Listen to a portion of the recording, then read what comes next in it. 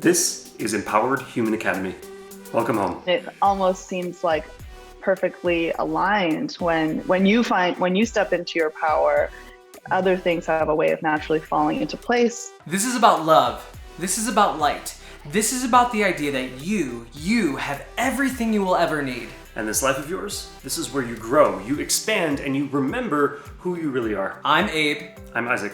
In Empowered Human Academy, we join with humans of all kinds to feel the inspiration that can only come with empowered living. The stories you hear today are unique, but the energy you hear today belongs to you too. So, with hearts wide open, let's begin. Hey everyone, welcome back to the Empowered Human Academy. Today we have an honor to be interviewing someone who we've been a fan of for a while now. Her name is Jing, and we're just going to dive right into it. I'm not even going to give you any descriptors because I really want to hear your voice a lot of this conversation. So thank you so much for joining us, Jing. How are you doing today? Thank you so much. I'm doing very well. Thank you. Awesome. Us too. It's a pleasure to be here with you. So our first question is one of identity as we understand our own. So if we're thinking about how we are to ourselves, how you are to yourself, not when you're introducing yourself to someone else, not when you're in a meeting or trying to strike a certain impression, but when it's just you coming home to yourself, what words of identity feel like they fit? What feels like home in your words of identity? I think a calmness, a sense of conviction, safety, okay, and kind of a quiet confidence, I would say. Yeah. Okay. Cool. Yeah. Tell me about that. Where does that? What's your relationship to those things? I think just in the past few years, I've been going a lot more inward and, no longer looking for as many answers from the external. So I think a big part of that is, for me personally, is just quieting down and really tuning into my body and my emotions and what they're telling me. So in doing that and practicing that, I think I've come to trust this sort of inner wisdom a lot more. Yeah. And so I'm able to lean more into that. Whereas before, I think, I would often be in states of anxiety when I would think that the answers were outside of myself. Okay. I'm always curious how people relate to like the feeling of like their bodily sense of what's aligned or what's right or what direction to go in. And we all inhabit different bodies, right? So how did you learn that this is a sense that you had? What does it mean to pay attention to it? All of that. Yeah, I think I'm just, I'm very much like always seeking to learn more about different modalities that will allow me to learn more about myself and those around me. And so I, just, have had teachers in the past who have taught me to sort of just pay attention to, little things like body sensations. When, I think oftentimes we're so distracted with everything that's going on that the subtleties in what our bodies are trying to tell us go missed. And so, I think, through quieting down your mind and removing some of the external distractions, you can start to notice little things and just also paying attention to emotions and how they take form in your body. I think I used to, downplay the importance of emotions for myself and just, I'm much more rational than I am, emotional. And I don't need to pay attention to it. I can just make, rational decisions and go, go on with my life. But actually what I realized was, I'm very guided by my emotions. And so I need to really listen to it before making any large decisions. And then your emotions, just kind of the practice of noticing how the emotions show up in your body, whether it's around your throat, you're feeling kind of constricted, or in your stomach, or, it's, I'm constantly learning and learning more as I pay more attention to how it shows up. Yeah. The words that you listed at the beginning, the calmness and the conviction, safety, quiet confidence, all those things. I have a notebook. I wrote them down. All of those things that you listed off, how did your access to those shift, or how is it shifting as you move from like working by rational thought to working by emotion? If I can kind of poorly paraphrase that transition, like do you feel, how does your access to all of those things feel different over time as you learn more about your emotional body, if I can put it that way? Yeah. I think, growing up, I moved around a lot. I was like always in a different environment. I think, this ties into how I didn't really feel myself for most of my life, right? I went by even a different name growing up to make my life easier as a kid, as the only Asian kid, oftentimes in Europe, and, that sort of constant code switching and disconnectedness from who I was, because I was constantly trying to fit into what I thought others expected me to be. Yeah. That kind of then later in life took the form, it just naturally flowed into as I started my career, I was it always felt like I was doing roles that I was not quite qualified for, and so that imposter syndrome was a continuation of the not feeling like I fit in. Right. Sure. I did well in my career, but it did feel like a lot of the times that I was, I was often unsure of myself, second guessing myself. Right. And then again, that's kind of, a reflection of me looking outward for validation. And so I think, and in that sort of state of being, it's hard to quiet yourself down. It's hard to listen to yourself. It's hard to trust in your intuition and in your gut. And, it was only, much later when I started to come back to self a lot more that I was able to, just have the inner confidence sort of came out, and I was able to lean into it more. Yeah. That's amazing. And what I'm sensing from you, and both explicitly hearing from you, is kind of a groundedness, like a surety. Like it sounds, if I'm hearing this right and reading between the lines right, it sounds like there are things increasingly that you are sure of. And we've got a question about that much later on in this episode to wrap up. But where do I go with this? What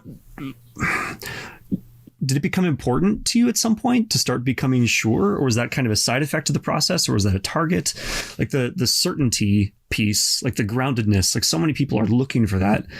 Did it just occur to you that you were starting to gain access to that, or was that something that you felt that you were lacking and that you then needed to move towards? Yeah, it was a sense of something lacking. It was a sense of some kind of I think it was like fear, right? Fear and anxiety around not knowing, around, I think it probably started to really take form over the last year, especially as my, so last April, during COVID, after quarantine started, I had this very kind of life-changing, groundbreaking moment when I realized for the first time how much I'd been living not aligned with my truth. And that was just from being at home, not seeing anybody, realizing after a month of that I hadn't felt so free for ever. Because I was so used to constantly putting out a kind of facade that, I felt like others expected of me, and almost and by the nature of my work, and, we make, Chinese food, had faced resistance to what I was doing for a very long time, and felt like I was constantly having to justify my existence. And so that was a very liberating feeling a month into quarantine, to feel like, this new sensation of not having to justify my existence, and to just be, and to be more than okay with just being. And so that kind of aha moment brought me back to my birth name, Jing, which I had, cast aside when I was like 5 years old. Oh, wow. And I decided that it just became crystal clear to me that I needed to go by Jing in order to start aligning with my truth again, because I felt like there was something out of alignment with who I was and what I was putting out.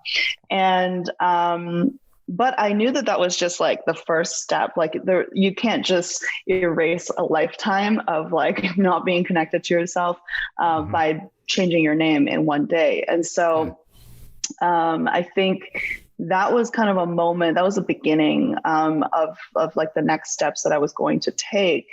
And that coincided with, my business really taking off in a really huge way as well. Cool. And it almost seems like perfectly aligned when you step into your power, other things have a way of naturally falling into place.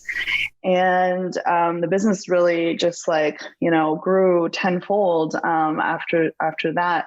And I found myself in a position where, just a year ago, I was the only employee in my business. And now we are almost 10 people. So this is all in just 1 year. That's amazing. And thank you. And so, this journey has been crazy, tumultuous, many highs, obviously with a lot of lows as well. But like, I found myself in more and more of a position where like I really needed to trust in my intuition. I really needed to lean into some, I think I have a lot of friends who,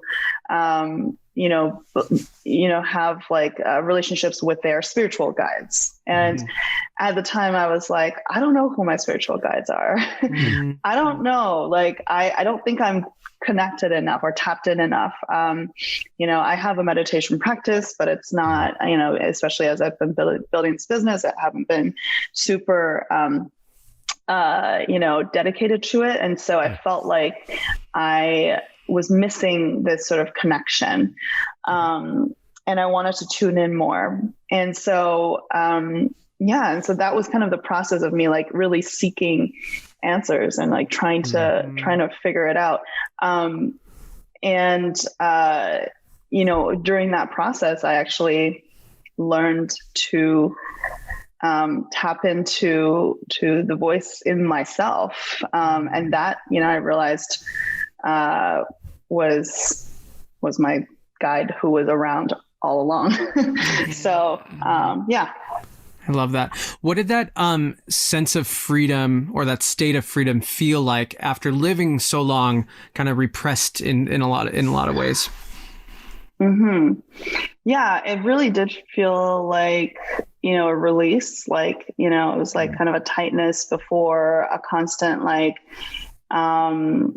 almost like, like I felt like there was misalignment with my ability to communicate who I was. And, and communication, I think is a really big part of like what I'm here to do. And I wasn't able to fully do that. And that came from, almost like policing myself, because I was like, I would always second guess what I was about to say or about to express.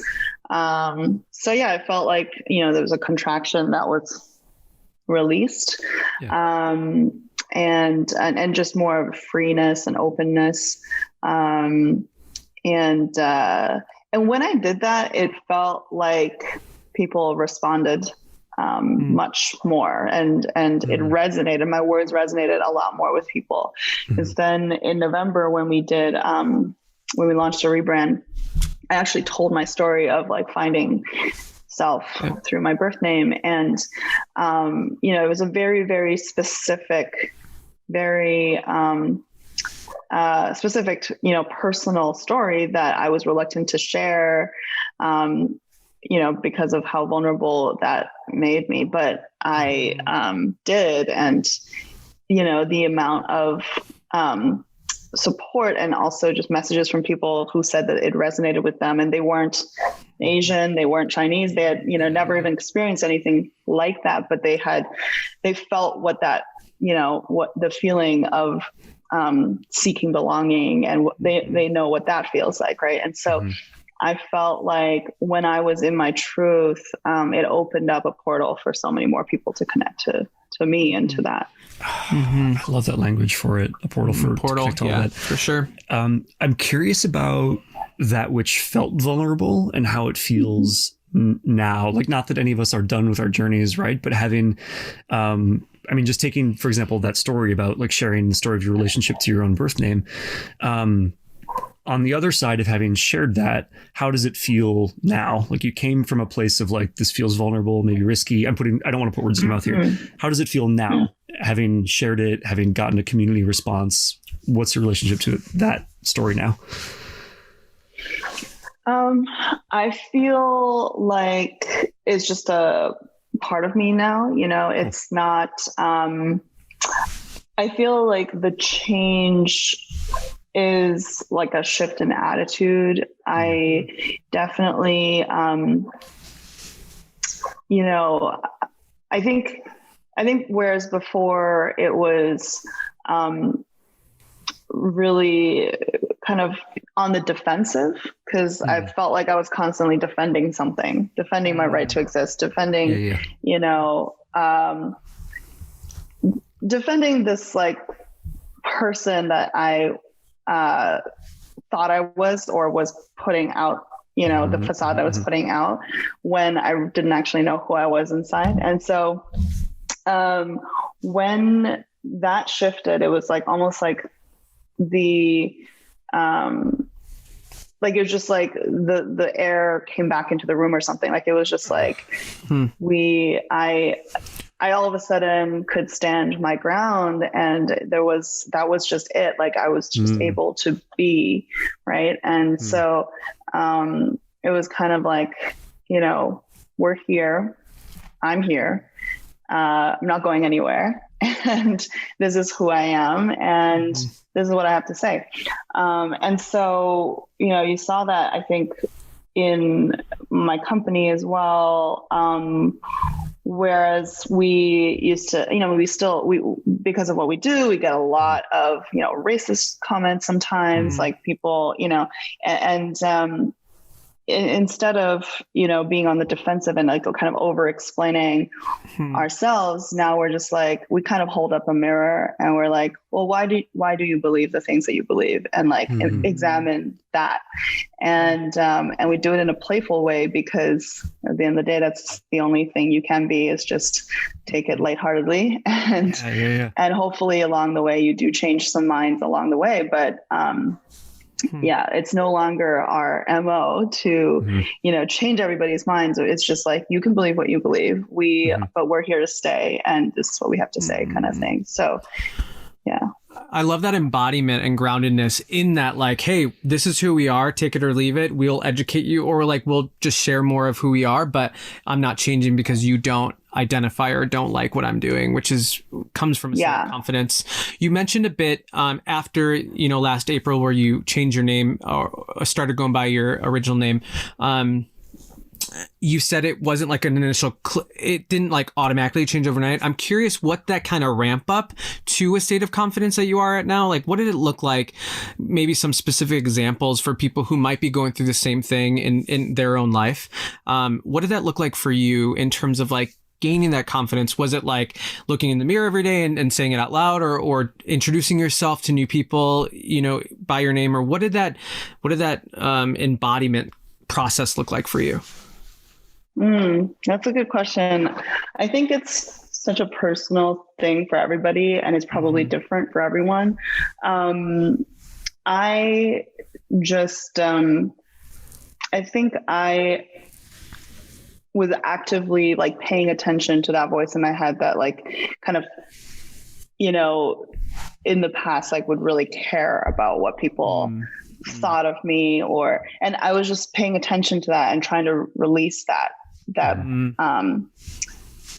lens of judgment, right? That I might have towards others, but also for me, it's like the other way around too. I like project that they're judging me. And so that, I had to release and it, just paying attention to it, releasing it. And, and then even if people called me, Jenny, my closest friends that call me Jenny, cause they just don't remember, like, I just let it go. Like it's totally, and so, but yeah, I think, it was instantaneously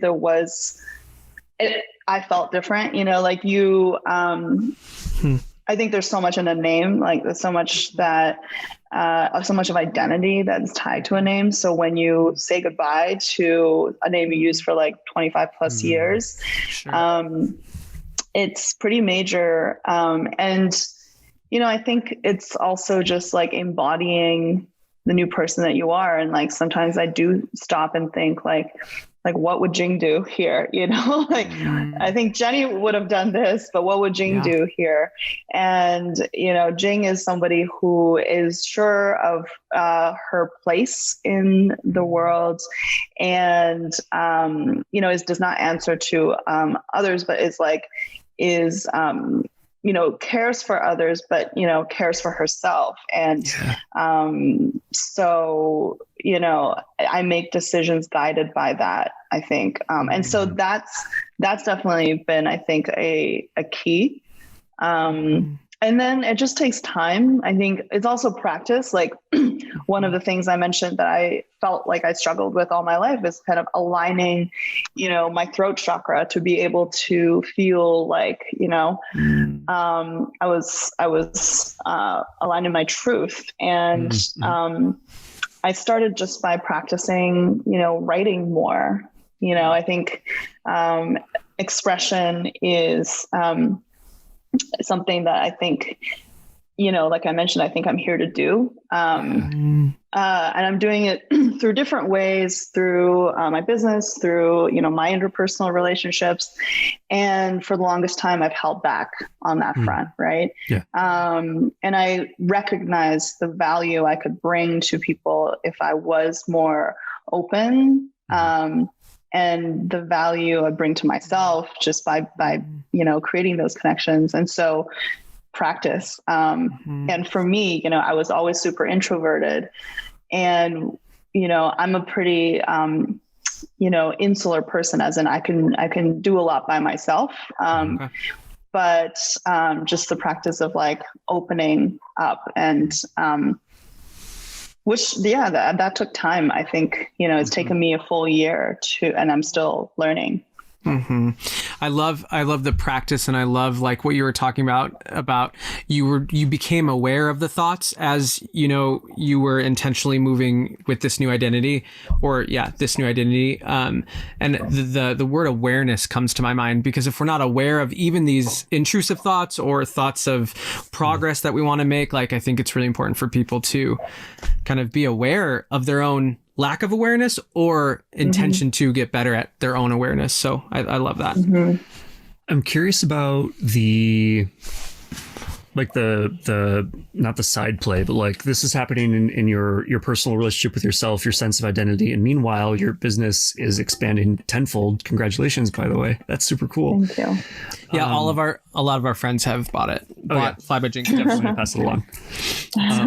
Thank you. I'm curious about how that felt and how the, here, let me explain by slight projection. I know for me, when something like new and big starts happening, it can be tempting to regress to old patterns of like coping with everything. So I'm curious, given that you're like, as you yourself are opening up and claiming yourself, if I can put it that way, how did you interface with the explosive growth that your business is seeing simultaneously? How did you show up in that situation? That's a really good question. I actually did do exactly that. I did regress. And I I kind of retreated into myself for a little bit because there was a month in particular in April that it was particularly bad. I mean, great, but bad because we were featured in the New York Times, and that was the article that, you know, really sold us out of months of inventory overnight. Yeah. Bad because of the ensuing kind of scramble that, you know, had to do to get products into the US, which lasted several months. So there was a time, like, you know, so it all happened in the same month, and it was difficult. It was really difficult, and it was very scary. Because at the time, as I said, I was still the only full-time employee. Wow. And, you know, all of a sudden we had like, you know, something like 30,000 orders, like literally overnight and no product. And so, you know, and all the global logistics had, you know, shut down, and, and quarantine happened. It was just really scary. Yeah. And so, yeah, there was definitely a part of me that kind of wanted to crawl back into a hole and, you know, not ask for help and just, you know, my way of coping usually is just like, you know, closing myself, you know, to the world and then just figuring it out myself. And so I definitely did retreat for a couple of months there. And, you know, I wasn't taking care of myself. I wasn't doing my daily meditation practices and things that were allowing me to like tune more into my body. So yeah, it was a difficult time. And it felt like a super condensed period of contraction. Whereas like I had been feeling contracted all my life, but like that was, you know, 30 plus years. Yeah. This was like contraction in like several months, and it just felt like super suffocating. And I knew that, and it was like I had more questions than I had answers, and I was kind of desperate for answers. And after, but I felt like I had no choice but to be in it and just like power through and get us to the other side, which, you know, in August of 2020, so it's 4 months after it happened, actually, like 3.5 to 4 months, finally kind of the storm calmed a little bit. And I also brought on, you know, 4 employees in August. So that was like kind of a moment where I felt I was finally able to breathe again. And then for me, my personal journey, this ties a lot into my ability to ask for help. Because I personally just have never felt comfortable doing that in the past. The way I was raised, the way I grew up, I was very independent, and I viewed it as like a virtue for a really long time. I was like, oh, I can do anything by myself. I don't need any help. But then I realized that it was actually a coping mechanism for trauma, for the trauma of like not maybe a feeling like I was on my own for so long, you know, and that one of the lessons that I was here to learn is that you need others, and just letting people into to support and help, because you can do so much more that way. So in August things started to shift, and I was able to have more time and space to dig in a bit more. And then so, you know, the journey, I would say, so when I made the decision, it was in April, and then immediately thereafter, I like went back into like a hole because I was just scared. And then it took until, you know, almost like 4 or 5 months later, until I was able to start like crawling out of that hole and start working on myself again. Yeah. What do you know now that you didn't know after you had made the decision to like claim your name, after your business started to go up? Like, because these are both positive states, it sounds like here you're at a place where, you know, you're sure of more things, you've passed through more. Then you had made the decision to, you know, claim your name and to live, you know, as yourself in that way. What's something you know now that you didn't know then? Mm-hmm. I think I just know that everything will be okay. So that's something, or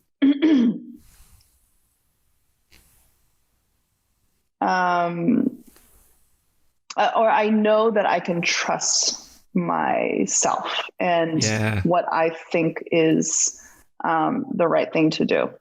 Cool. So at the time, I just because I didn't know that, I would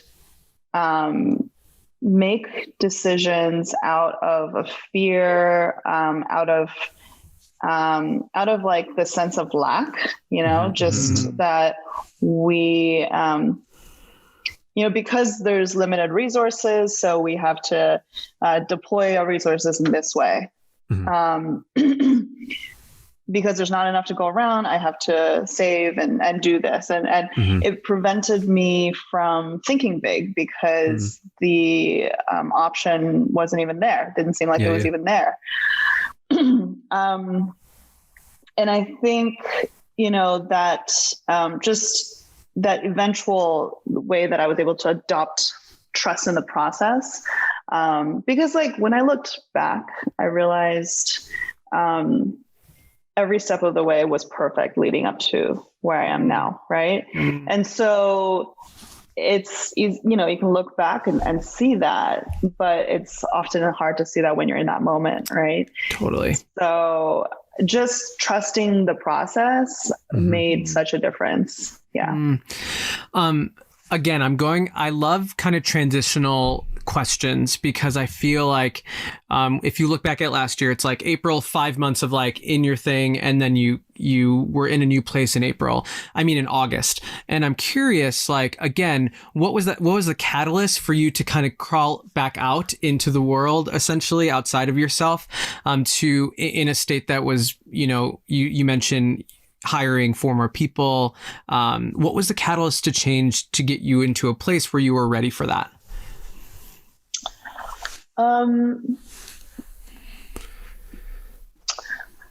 Well, so I think the hiring the people was key. I also, like, at that time, I remember I went on a trip to Sedona, and I've never been to Sedona, and I, knew that it was kind of a spiritual place. And I was at the time really actively like seeking who are my spiritual guides, right? Okay, like how do I tap into that? Yeah. And there were some insights that I got when I was there, just through people I had met and people I was with. Like, I received some insights that were around kind of slowing down. Because I think at the time also there was like a decision that I was kind of feeling pressured to make, a decision that would have changed the course of the company at the time. And it was like I was being aggressively pressured to make this decision. And this was coming from outside of the company. And I felt really like a frenetic energy. And I was like really unsure what to do. I was feeling a lot of anxiety. And one of the messages that I received was like, take a break, which at the time I felt like was impossible to do, but it was like, take a break, slow down, and just trust and don't make any decisions in a rash way. And this was another kind of just recognizing that I have this, like, I have like emotional authority, which, makes me have to really lean into my emotions before making major decisions. And realizing that the emotions were taking form in these like feelings of, fear and anxiety, that I should pay attention to that. And so I decided not to act on that. And it was like the best decision But yeah, I think just, it was just like the stopping and allowing myself to really, take the time to breathe, and also in so doing, just like trust that my team had my back, and not be like just worried about everything. That was definitely a key. Yeah. Cool. One introvert to another, and I don't say that to color what happens next, but I'm curious about your current understanding of a relationship to aloneness versus not aloneness. Like the idea that, well, actually, no, I don't even want to add more words to it. Like, what's your current relationship to like solitude and aloneness, and it's just me versus we are in community, I have a team, all of that. Like, what's your relationship to that duality?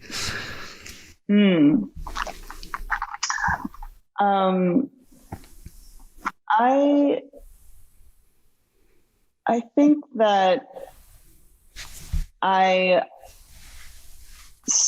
tend to, I've always been this way. Like I've always had more, kind of fewer closer friends than a lot of, what's the word? Acquaintances. So I feel like I've always been that way, but, I think now it's really just more doubling down on deeper connections. And just like knowing myself, like I just know that, for example, when it comes to deep work, I need to be by myself, and I need to, like for things that I have to, that only I can do. So that's the other thing I've learned is like distinguishing between what only I can do and what others should do. Yeah. And, I guess I'm talking from a work standpoint right now. And so for deep work, the things that only I can do, I need quiet. I need to be in a room by myself. I'm not a type of person that can go work in a cafe and have all the distractions around me. I literally cannot think when that happens. So that, but the importance, when having others, trusting others in the organization to all be working towards the same goal. It's like, there's a lot of collaboration that happens. There's a lot of, checking in. And I think that, like you really, really value that collaboration. And, work aside, it's really just about, deeper connections, which, I think deep connections and the quality of your relationships depend a lot on the questions that you ask. So, not to say that my friends and I are always discussing like existential, like philosophical questions, but, there's a different way you can ask questions sometimes to get at the heart of something, versus staying at the surface level that we tend to. Yeah, I love that. Absolutely true. This is why we have this podcast, because we like to dive deeper. I want to expand that question even. Is expanding the question further? Maybe. This might be an expansion. It might not be. Earlier, you talked about internal versus external guidance, validation, permission, all of these things.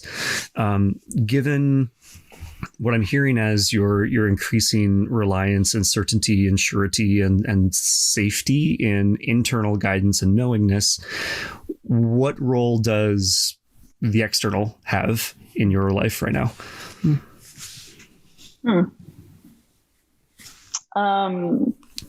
That's a great question. I think,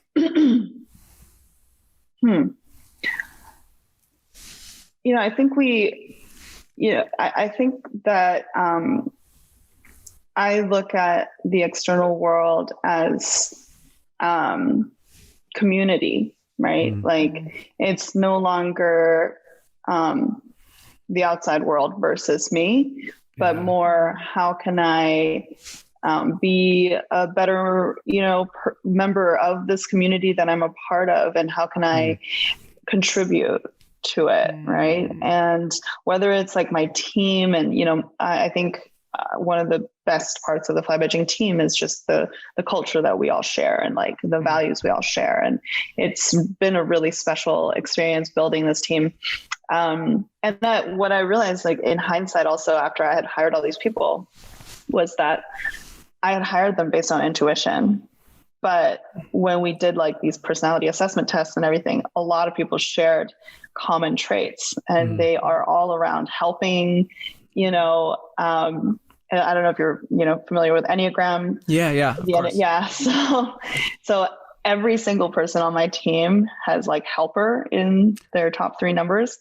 And a lot of them have loyalist. A lot of them, have enthusiast. So these are all things you want from people on your team. Right. Cool. And I didn't realize they had any of those traits. I mean, until after we did our tests but when I hired them, it was all based on intuition.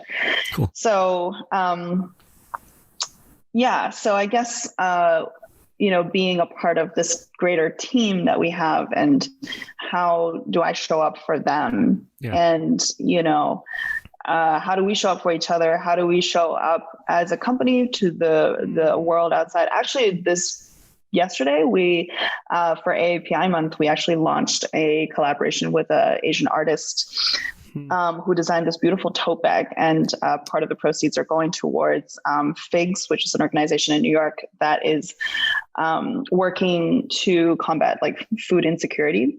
Okay. And the on the totes, and and kind of our message for the month of May is really take care. Is take care of yourself, take care of of each other, take care of them, they take care of us. So it's really about taking care.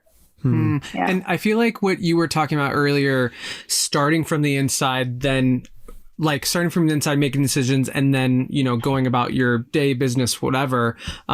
I think what you were talking about in terms of community, I feel like, and correct me if I'm wrong, this is just an assumption, but based on your evolution and growth this past year, your position in that community is different because you're not being dictated by it, you're contributing. Would you say that's something similar? Like, that's just what I'm getting, because I feel like you're the leader now, and you're contributing, and you're taking care, and you're leading, versus before you were dictated primarily first by external forces.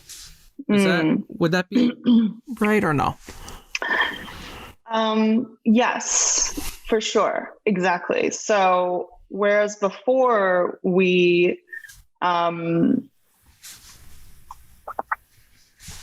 it was, cause I think like, there are people and so I talk about this brand of mine a lot because it is so much a reflection of me.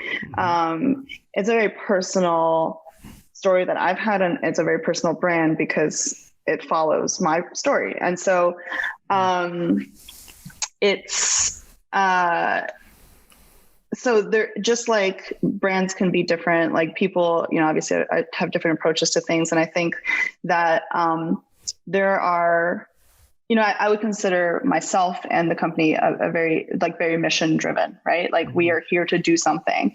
And I created this company in order to create more space for diversity to exist in natural foods in this industry, but really broader as a culture, right? Because the food industry, just like all the other industries, are just a reflection of the culture. And in 2018, when I came to the US, I didn't see any modern Asian food brands. So, wow. So I did that for that purpose.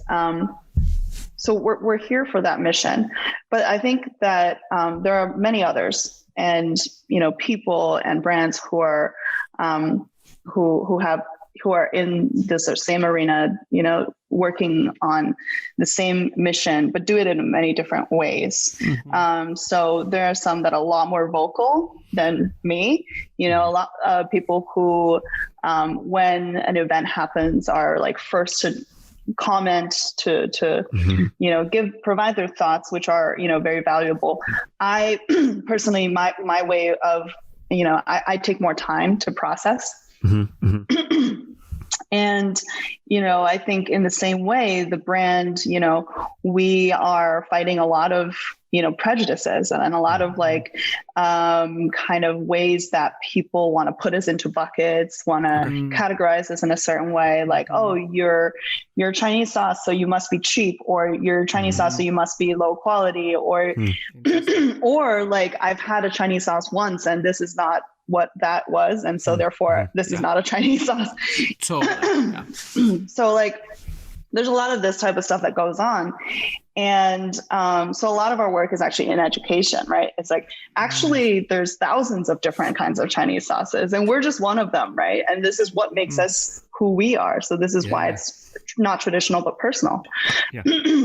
So there's a lot of ways that we do that. And sometimes it's through like subversive, like brand campaigns, like through imagery, through commentary, but none of it is really in your face. It's not preachy. It's not really like lectury. It's not like we're giving you a slideshow of like, this is why, MSG is racist, or like the anti-MSG thing is racist, or, there's just different ways to do things. And I think that for us, it's really just been, I think we are, like, to your point, our previous approach would have probably been like, a lot more spelling things out, like this, or counter-attacking criticism.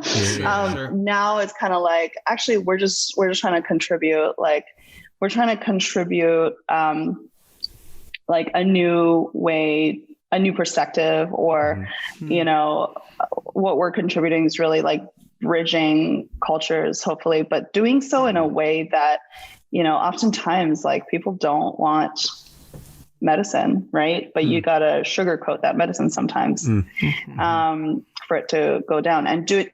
Just doing so in a way that's like light as well, and doesn't take ourselves too seriously, because nothing's that serious. Totally. I feel like that. Beautiful. I feel like that belies or indicate. I feel like all of that reflects what you've been telling us about the like internal surety. I'll use that word again. Like if you know who you are, it's less. You don't have to convince. Words in your mouth here, but like you don't have to convince as much, because you know who you totally. So much. Yeah. I have a question about your business. It's skyrocketed in the last year, which congratulations again. And for those of you who are listening, stop right now, pause this podcast, go online, okay, seriously though, find it. This is not sponsored. It's just truly, we literally have it all the time on our burritos. I have purchased everything from your catalog. Everything is perfect. So as a leader who's like emerging in this like really confident space that you're in right now, what are you excited about in terms of your company, in terms of like the culture of your business and where it's going to go and where do you want it to go? I know that's more of like kind of surface level-y, but also not, because you are showing up as a leader who's more empowered to be yourself, and it's connected, right? So what are you kind of looking forward to? What are you hopeful about? All that jazz. Yeah. So one of the most rewarding parts of this journey has been, looking back and seeing how much the natural foods industry has changed in just the 2 years since we launched. Cool. In 2018, there was like maybe 3 Asian food brands in the space. And now there's so many more. And what's been really great is that, we've helped to create that space for more of them to exist. And, the more we can normalize diversity in these, multicultural groups. So we're not just a monolith. There's space for more than one Chinese sauce company to exist. Then the more, we all win, because we all have more access to more delicious things, right? So that's a big part of what we're doing, and it guides us every day. And one of the things that, is our company's goal is to become a household name. So, to become the first like modern Asian food company that is a household name. The only one really that you can think of is sriracha. That's the only one I was thinking about. and they came first, and they were, tremendous at what they've been able to achieve. But, we want to get there sooner than 20 years, 20, 30 years. We want to get there quickly. And so, the way that we have been able to grow in the past couple of years has really, and just this like kind of personal conviction that I feel, I'm very confident that we'll be able to get there. And so, and that's whether it's through being more available to where people are, having the ease of, having these sauces to,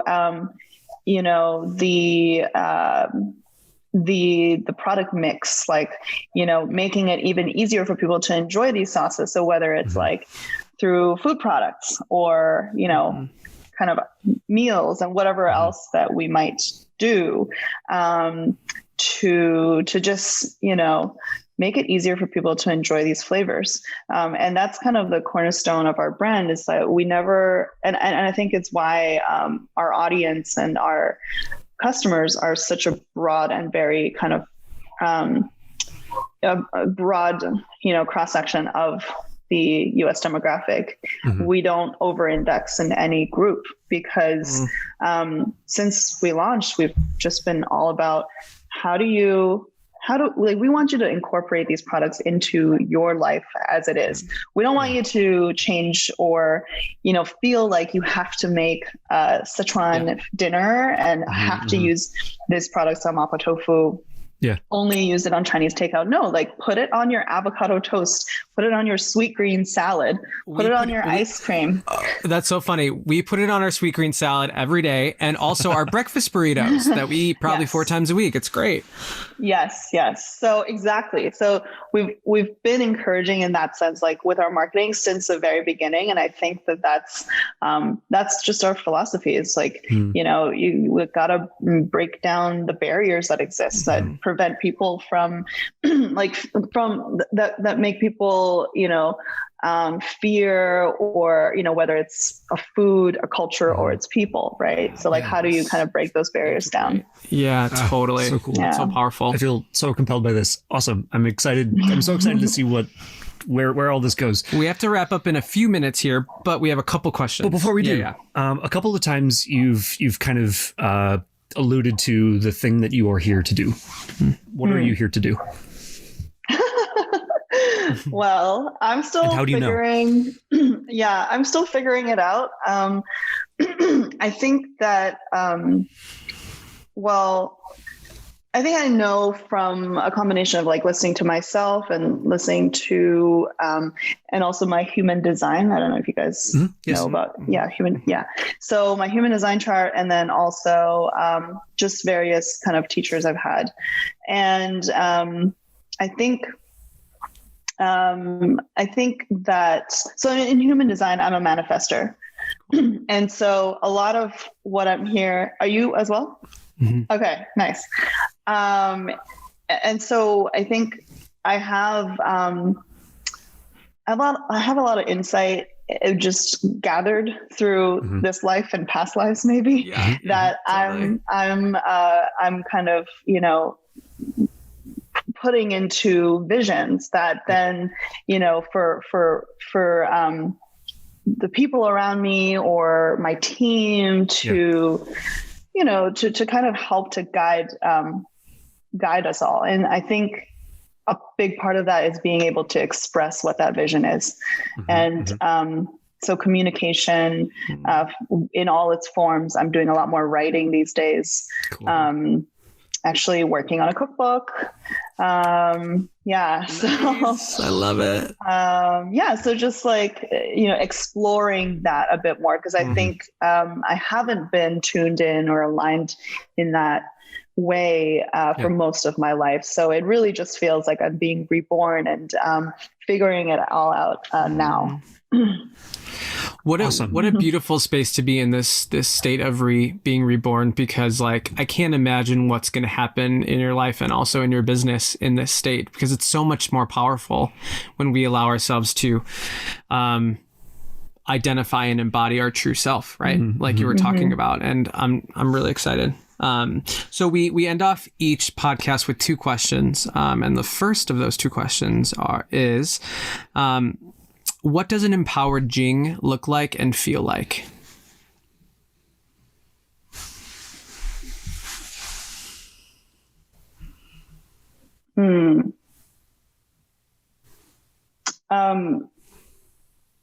I think an empowered Jing looks and feels like at peace and full of love. I love it. And the final question is, what do you know for sure?